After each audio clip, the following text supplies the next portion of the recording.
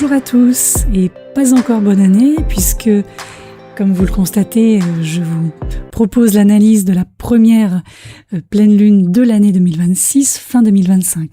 Alors pourquoi ? Parce que cette pleine lune aura lieu le 3 janvier et que vous la postez le 1er janvier, ça va être un tout petit peu tard. Donc je vous la propose et vous la poste un tout petit peu avant.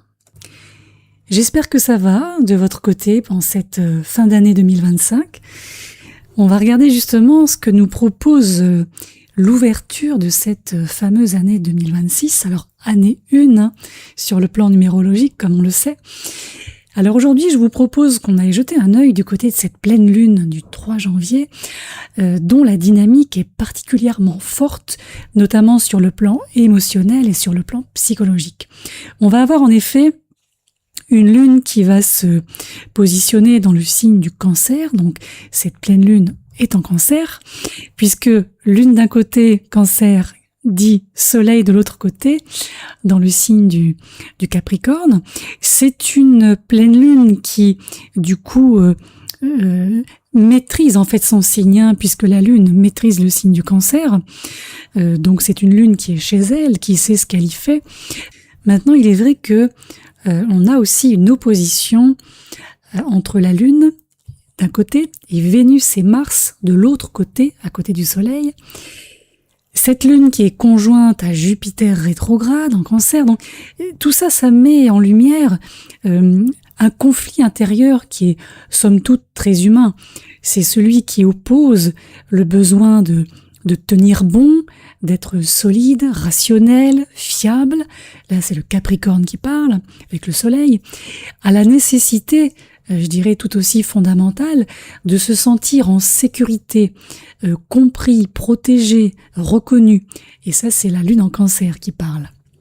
Alors d'un côté, on a effectivement ce Capricorne qui vient imposer son rythme, il demande de faire preuve de maîtrise, de rigueur, on connaît, hein, de lucidité, et c'est vrai que le Soleil, Vénus et Mars réunis dans ce signe de terre très saturnien, oriente en fait notre énergie vers le contrôle, la responsabilité et parfois même vers une certaine forme, je dirais, d'austérité émotionnelle. C'est comme si en fait on cherche à être efficace, à avancer droit devant nous et en même temps à ne pas nous laisser envahir par ce qui peut dépasser la logique. Les relations dans ce climat, évidemment, sont envisagées ou sont à envisager, qui sait, avec sérieux, hein. On va chercher à clarifier, à stabiliser et surtout à mettre de l'ordre. Là, Mars en particulier vient canaliser l'action avec précision et presque avec froideur dans ce signe saturnien, hein. On coupe, on tranche et on décide. Bon, après, quoi qu'il en soit, c'est une pleine lune d'hiver, hein. On va pas trop lui en demander non plus, en termes d'aspect fleuri. Alors, en face, parallèlement, on a cette lune en Cancer qui vient, je dirais, en amplification par le fait que Jupiter rétrograde, qui est à côté, qui est en conjonction, en fait vient réveiller tout l'inverse. C'est-à-dire que cette conjonction Lune-Jupiter rétro en Cancer remet en circulation, si vous voulez, nos besoins les plus archaïques, les plus personnels, les plus intimes. Donc avec elle, les émotions prennent de la place, et parfois beaucoup de place, et ne veulent pas se laisser intimider par ce contrôle capricornien. En fait, ce que vous pensiez avoir peut-être rangé dans un coin de votre mémoire affective peut revenir avec force. L'hypersensibilité est très présente, on le voit. Donc les souvenirs peuvent s'activer ou être réactivés. Les besoins de réassurance aussi peuvent devenir beaucoup plus visibles, beaucoup plus bruyants. Et c'est pour cette raison que sur ce podcast-là, en ce qui concerne le signe par signe, je vais essentiellement alors pas vous mettre en garde, mais disons vous proposer les points de vigilance pour chaque signe. Comme ça, si vous devez mettre le pied quelque part, eh ben vous saurez si vous devez mettre le deuxième ou pas. Donc vous le voyez, on a comme une sorte de face-à-face. Alors je dirais pas un bras de fer, j'irai pas jusque-là, mais on va parler de face-à-face, qui peut créer, comme on l'a vu, un climat intérieur où le rationnel et l'émotionnel ne vont pas parler la même langue. Je vais dire les choses comme ça. Le Capricorne, lui, il veut tenir, il veut garder la maîtrise, il veut s'occuper des choses sérieuses, on rigole pas, hein. Le Cancer, lui, il veut être entendu, comme on l'a vu. Il veut être senti, reconnu, il veut qu'on s'occupe de lui un petit peu quand même, hein. Donc c'est une opposition qui peut générer un moment très particulier. C'est ce moment où, en fait, la réalité émotionnelle surgit pour équilibrer peut-être un excès de rigidité ou d'autodiscipline. Ça, c'est vous qui voyez de votre côté. Et ça, c'est le genre de pleine lune, Cancer Capricorne, de révélation affective, où en fait, ce qui n'était pas dit finit par se dire, ou par se ressentir de façon tellement évidente qu'on ne peut plus l'ignorer. Il y a une sorte de point de non-retour, comme ça, si vous voulez. Alors on a aussi un autre acteur très présent dans la même gamme de thématiques, c'est Chiron. Alors Chiron, toujours et encore en Bélier, hein, bien sûr, qui forme un carré exact avec cette pleine lune, donc avec la lune et Jupiter rétrograde, hein, on le voit bien. Alors sur le plan psychologique, c'est effectivement un point de tension supplémentaire. On le sait, Chiron touche souvent à des blessures anciennes, et ici, il peut activer ou réactiver celles qui concernent, on le sait aussi, en Bélier, l'affirmation de soi, la légitimité, le droit d'exister pleinement. Donc pendant cette période, ne soyez pas surpris si vous ressentez une sorte d'irritabilité peut-être plus présente dans votre quotidien, une susceptibilité particulière, même sans raison apparente, ou bien une impression qu'on vous a brusqué, qu'on vous a critiqué, qu'on vous a mal compris. Et peut-être que certaines personnes parmi nous peuvent aussi avoir du mal dans ces cas-là à poser de vraies limites. Et alors que d'autres vont au contraire réagir de manière trop vive. Et comme on le sait, Chiron, c'est jamais confortable, hein. Chiron, qu'est-ce qu'il fait? Il met le doigt là où ça coince, et souvent depuis longtemps. Nous avons également toujours notre conjonction Saturne-Neptune. Alors ici, elle sera encore en Poisson, qui va agir comme une sorte de réalité qui nous rattrape. Là, on va prendre conscience d'imprécisions, de flou, d'attentes irréalistes aussi. C'est une période où on voit soudain clair dans tout ce qui pouvait manquer de structure. Alors ça peut concerner une relation, une organisation, un projet, une intention, ou même une croyance personnelle sur ce que, par exemple, vous pensiez possible. Alors Saturne, il impose un retour au concret, et Neptune, lui, laisse filer des zones floues. Et ensemble, ils ont cette obligation de réajuster. Alors c'est pas forcément douloureux, mais c'est souvent déstabilisant. C'est un peu comme se réveiller d'un long rêve où on était bien, c'était sympa et tout, et en fait on se retrouve en pleine lumière du jour et on se dit oh non c'est trop tôt, j'aurais voulu encore rester un petit peu dans mon rêve. Hein, c'est un peu ça l'idée. Dans la suite des aspects importants, alors on a également le carré entre justement cette conjonction Saturne-Neptune avec Mercure. Alors ce carré il est intéressant parce que déjà il vient ajouter une pression supplémentaire sur le mental, et c'est là où on voit bien que, attention, nos pensées peuvent manquer de clarté. On peut douter de nos propres analyses, on peut hésiter, on peut ruminer. La communication aussi peut devenir plus sèche, plus rigide, ou au contraire pleine de non-dits. Bon, c'est pas un Mercure rétrograde, je vous rassure. Donc on va chercher à faire quoi? À être logique. Mais l'information, elle semble brouillée, elle semble noyée dans le paradoxe entre précision et, je dirais, floutage, en quelque sorte. Donc c'est une période où je pense on va beaucoup réfléchir. on va peut-être trop réfléchir, on va ressasser, on va questionner, on va structurer. Alors attention, si vous êtes du genre à prendre ce qu'on appelle les bonnes résolutions de Nouvel An, peut-être que vous y reviendrez en cours de mois ou en cours de trimestre. C'est pas impossible du tout.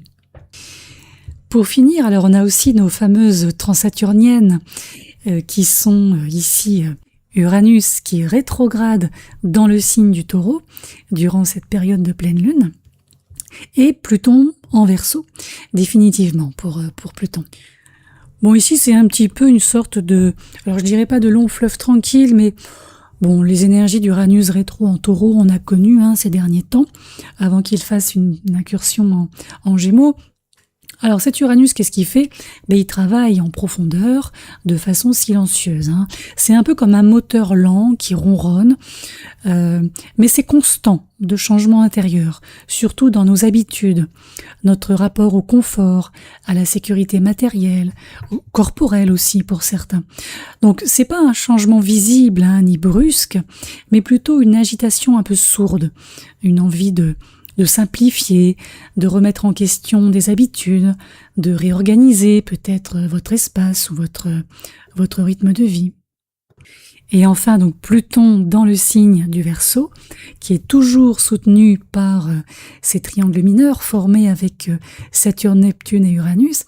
Alors, ce Pluton en Verseau qui vient imprimer un autre mouvement de fond, préparation de mutation collective, mais aussi personnelle, beaucoup de choses qui bougent dans nos façons de penser, de nous organiser et surtout de nous projeter.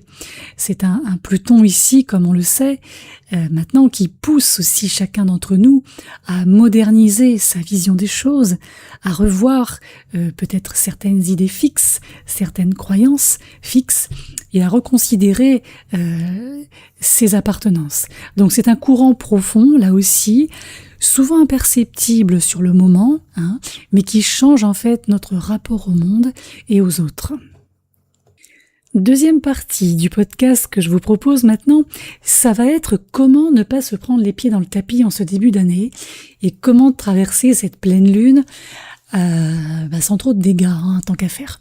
Alors la première chose, c'est vraiment de faire le tri entre vos émotions et vos réactions.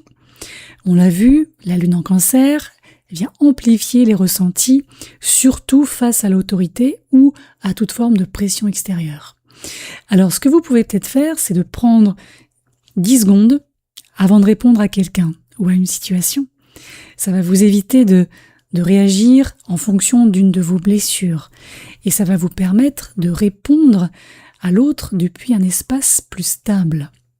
L'idée ici, c'est d'arriver à faire la différence entre ce que vous ressentez réellement et ce qui n'est qu'une réaction automatique. Et vous verrez que vous aurez peut-être des surprises. La deuxième chose, peut-être, c'est d'écrire ce qui vous pèse, de lâcher à l'écrit ce qui vous gêne, ce qui vous dérange, et ensuite de structurer ce que vous pouvez contrôler. On le voit, l'axe Cancer-Capricorne demande de passer de l'émotion brute à la clarté pragmatique.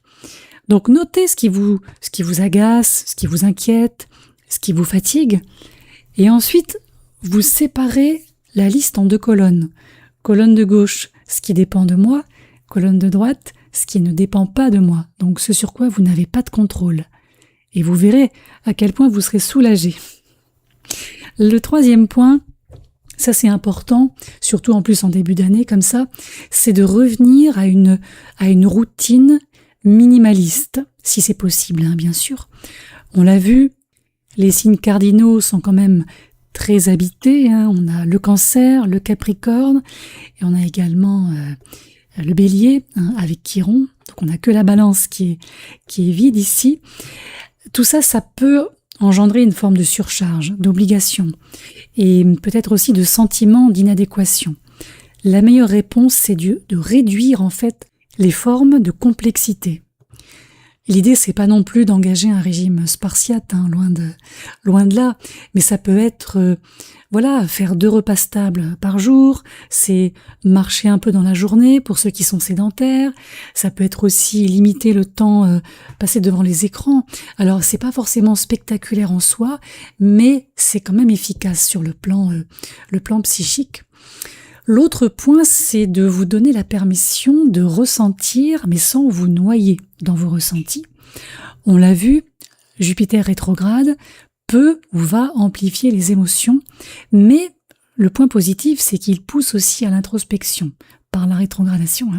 Donc, moi j'ai envie de vous dire, ne cherchez pas à gérer ou à solutionner les choses dans l'immédiat. C'est pas utile là.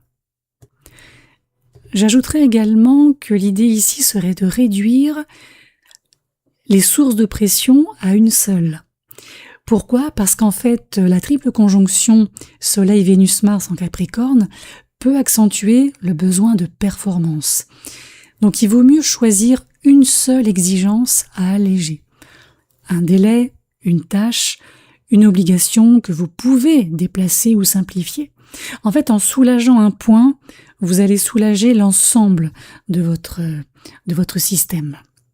Ensuite, ça va être de ne pas chercher la validation extérieure. C'est pas évident pour tout le monde, ça non plus.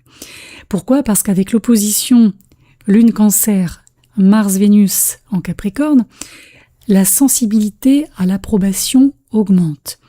Et c'est précisément et paradoxalement le moment où les réponses extérieures seront le moins fiables, parce que les gens sont eux aussi saturés.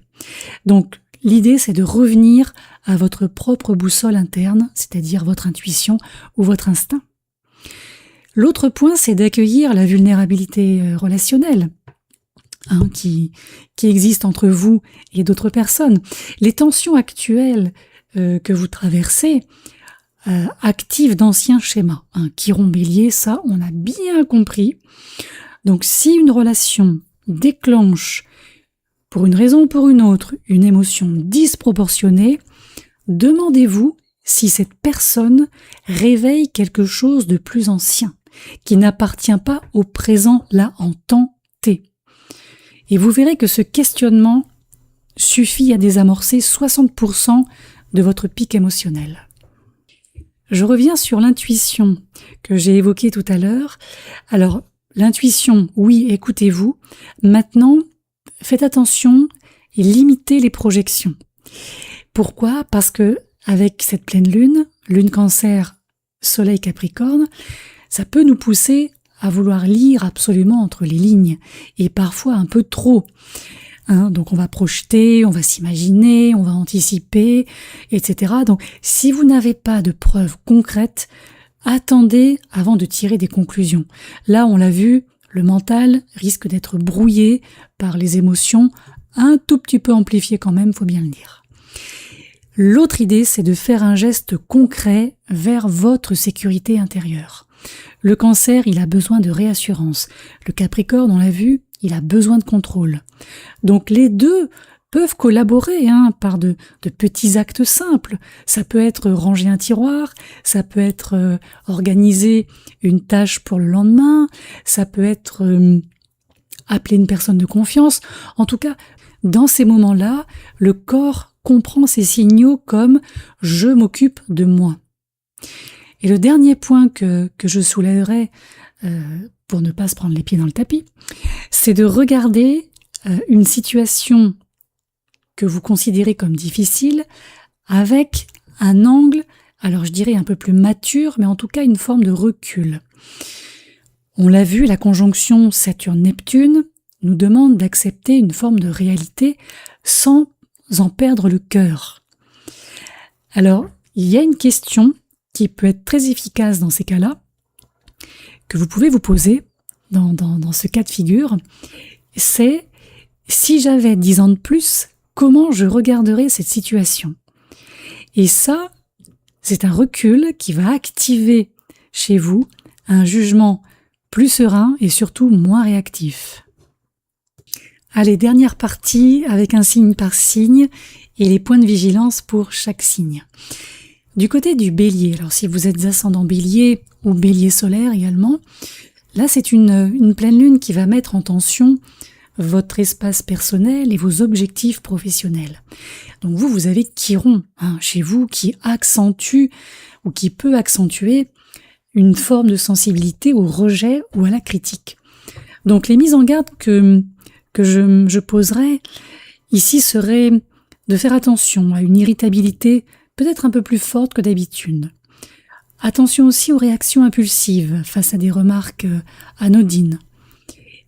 Attention aussi dans cette difficulté à gérer la vulnérabilité. Il peut y avoir une tendance ici à compenser par une forme de contrôle.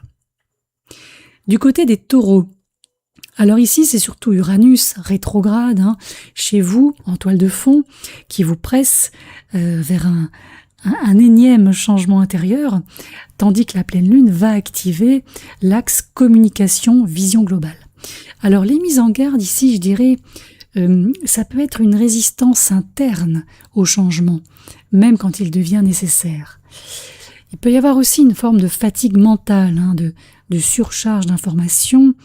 Votre maître Vénus est pris dans cet étau de la pleine lune entre le Cancer et le Capricorne. Donc il peut y avoir aussi une tendance à ruminer des propos perçus comme intrusifs selon vous. Du côté des Gémeaux, alors ici c'est une pleine lune qui va éclairer les questions de ressources, d'attachement et de valeurs personnelles. Alors ici pour vous, attention peut-être à une sensibilité un peu exacerbée quant à la sécurité matérielle justement. Attention, ne vous comparez pas excessivement aux autres. Vous êtes vous, les autres sont les autres. Il peut y avoir aussi une crainte irrationnelle de manquer ou d'être dépendant de quelqu'un, de quelque chose. Vous, en plus, vous avez, comme on l'a vu, votre maître, Mercure, qui va former un carré à la conjonction Saturne-Neptune. Donc, il y a un peu une sorte de brouillage, c'est un peu un brouillage radio, là, chez vous, durant cette lunaison. Les petits cancers qui reçoivent la lune, alors, comme on l'a vu, c'est une lune qui donne la main à Jupiter rétrograde, vos émotions sont amplifiées, mais aussi vos intuitions et votre lucidité intérieure. Donc tout ça, c'est un package, un sac dans lequel il va falloir gérer un petit peu ces outils. Donc attention à tout ce qui est exagération émotionnelle.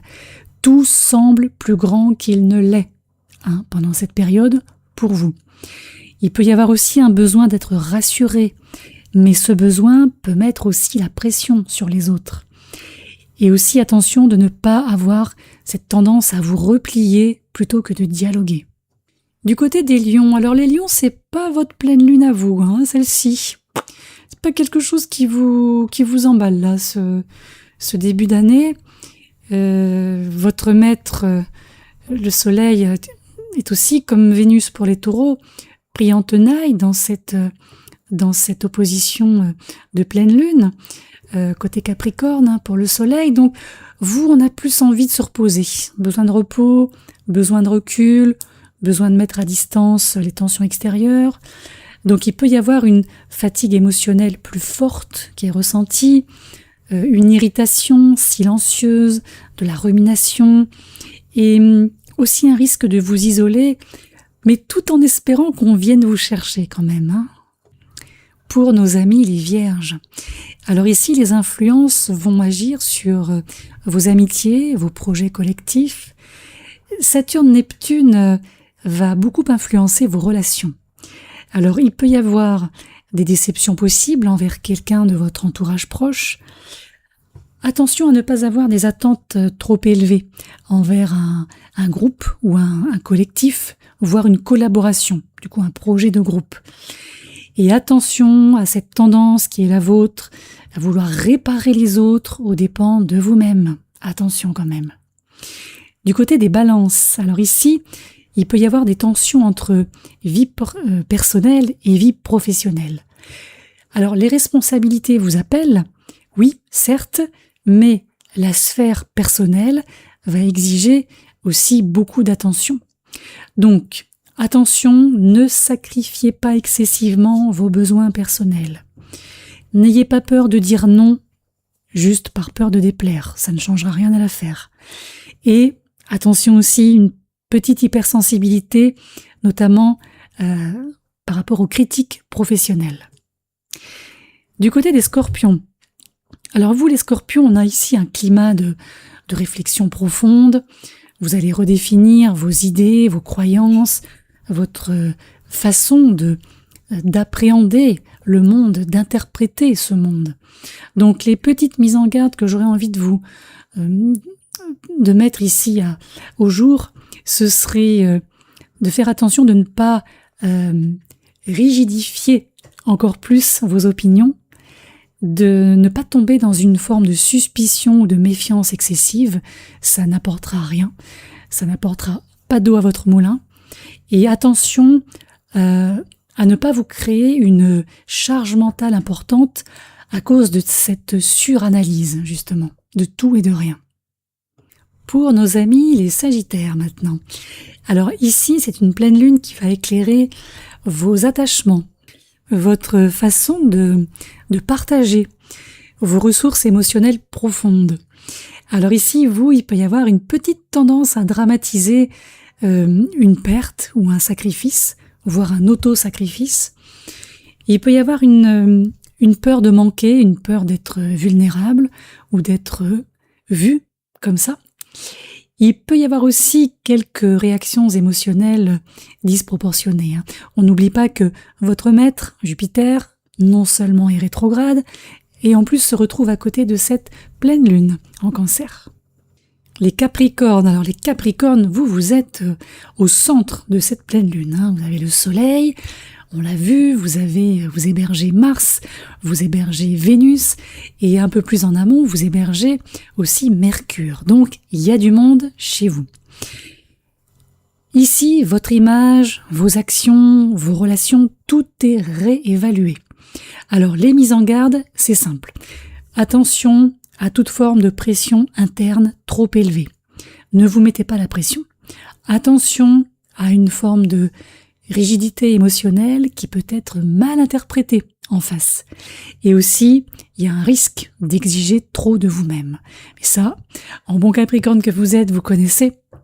Mais ici, c'est quand même bien de relâcher un peu la pression durant le mois de janvier. Pour les Verseaux, alors les Verseaux, c'est un petit peu comme les Lions. On a une petite période de fatigue psychique, un besoin de réajuster peut-être un peu votre rythme de vie. On a Pluton chez vous qui vient intensifier cette intériorité.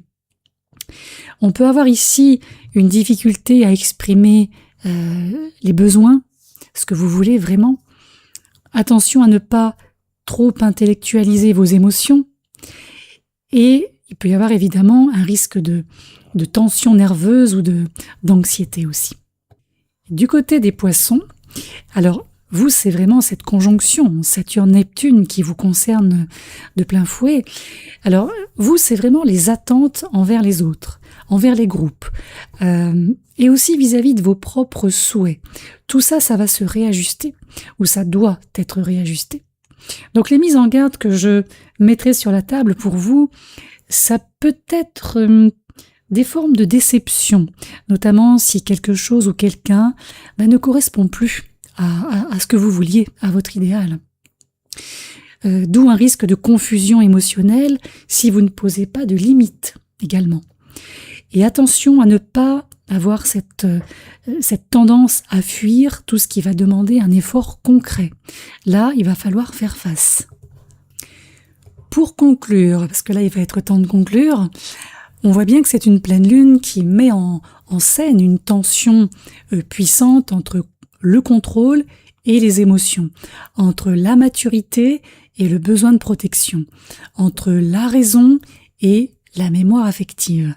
C'est une période où les émotions demandent à être entendues, même si on voudrait bien garder le contrôle dessus. C'est une période où les responsabilités doivent être réajustées aussi pour ne pas écraser littéralement vos besoins personnels. C'est une période où vous devez accepter que ce qui était refoulé remonte et précisément pour être traité.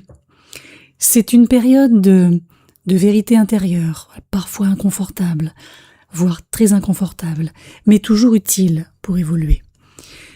C'est une pleine lune qui nous dit clairement, il est temps d'équilibrer ce que vous ressentez et ce que vous faites.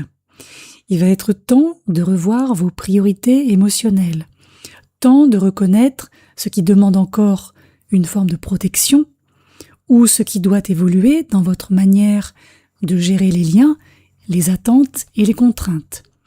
Alors c'est un climat psychologique qui n'est pas fait pour nous fragiliser, parce que ça a l'air catastrophique comme ça quand je vous le dis, mais pas du tout. En fait, ce climat est là pour vous aider à réintégrer des parts de vous qui ont été mises de côté, pour redonner du poids à ce que vous ressentez réellement. Pour vous rappeler aussi, j'ai envie de dire qu'un être humain, c'est pas un organisme de gestion, et que même le plus solide des Capricornes, le plus solide des Saturniens, ne peut pas indéfiniment ignorer sa lune intérieure, donc son côté Cancer. Voilà pour cette pleine lune. Donc on va y réfléchir, je vous propose ça, on voit comment ça se passe, on voit comment on va le vivre, et puis on se dit, on se retrouve au prochain tour. Voilà. Je vous souhaite en tout cas un bon début d'année, on se retrouve rapidement pour une nouvelle chronique céleste, et d'ici là, portez-vous bien.